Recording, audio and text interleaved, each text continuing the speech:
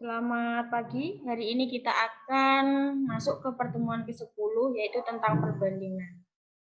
Perbandingan ini pernah kalian peroleh di bangku SMP ya. Jadi membahas tentang pengertian perbandingan. Perbandingan dalam kehidupan sehari-hari contohnya umur Dini lebih dari umur Nani. Berat badan Andini 2 kali berat badan adiknya.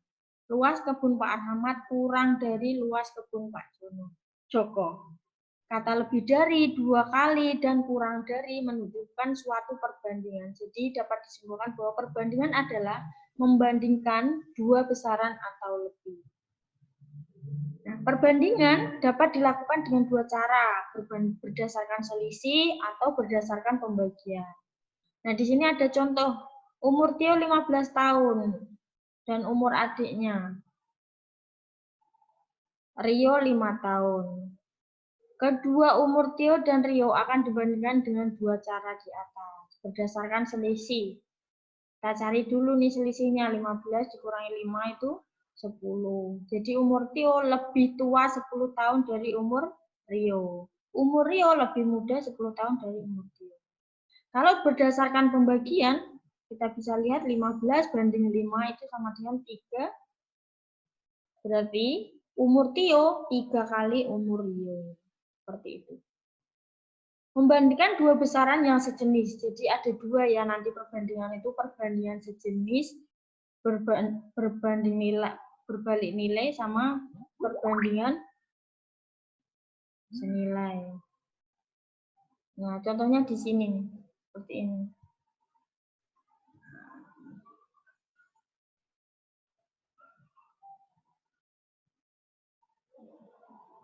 Berdasarkan pembagian berarti 7 banding 3. Kalau berdasarkan selisih itu seperti ini, tinggal dikurangkan, jadi besar uangnya itu Vino kurang dari 8.000 dari uang Ahmad. Seperti itu. Nah, perbandingan senilai. Jadi perbandingan senilai itu semakin banyak nilainya akan semakin besar sampai seterusnya. Contohnya di sini, harga 2 meter kain batik itu 45.000. Nah, berapa harga 10 meter kain batik? Tinggal kita kalikan 5 kan? Nah, hasilnya 225. Itu senilai ya. Nah, seperti itu sama ini. Nah, kalau senilai dia semakin besar juga akan semakin tinggi. Nah, ini senilai. Nah, gimana dengan perbandingan berbalik nilai?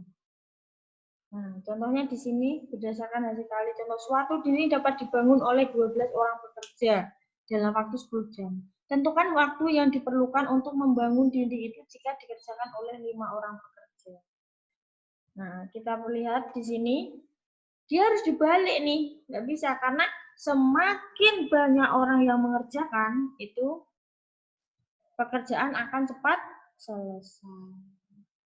Seperti itu. Jadi waktunya tuh akan semakin berkurang. Semakin sedikit orangnya, waktunya akan semakin banyak bertambah. Nah, contohnya ini. Jadi kalau hanya 5 orang yang mengerjakan, jadi waktunya semakin banyak nih, ada 24 jam. Padahal harusnya tadi 12 orang bisa selesai 10 jam. Itu namanya berbalik nilai. Berbalik, kenapa berbalik? Kalian lihat 12 orang itu 10 jam. 5 orang 24 jam. Jadi semakin sedikit orangnya itu semakin besar waktu yang dibutuhkan. Kenapa disebut berbalik nilai? Seperti itu. Sama juga ini. Seperti ini grafiknya kalau berbalik nilai. Jadi semakin kecil, tapi semakin banyak waktu yang digunakan. Itu aja yang bisa saya sampaikan. Terima kasih, kurang lebihnya saya mohon maaf. Wassalamualaikum warahmatullahi wabarakatuh.